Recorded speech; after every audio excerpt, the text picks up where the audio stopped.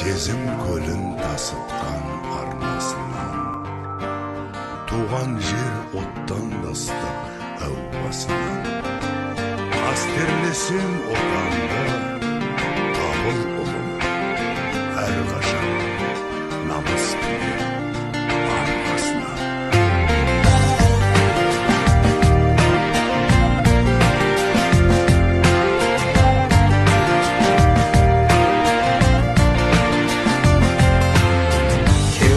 Толы жырым ағым, жалындаймын жанығамын, мен өзіңе асығамын.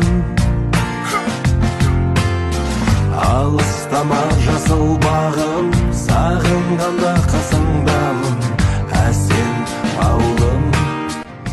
Одан басқа деген дефиницияға келтіретін болса, өзгеде бір өзінің қалауына деген қаражатқа келтіреді деген және бұл тарапта оппозиция тарапының, яғни менің екінші спикерім айтқандай,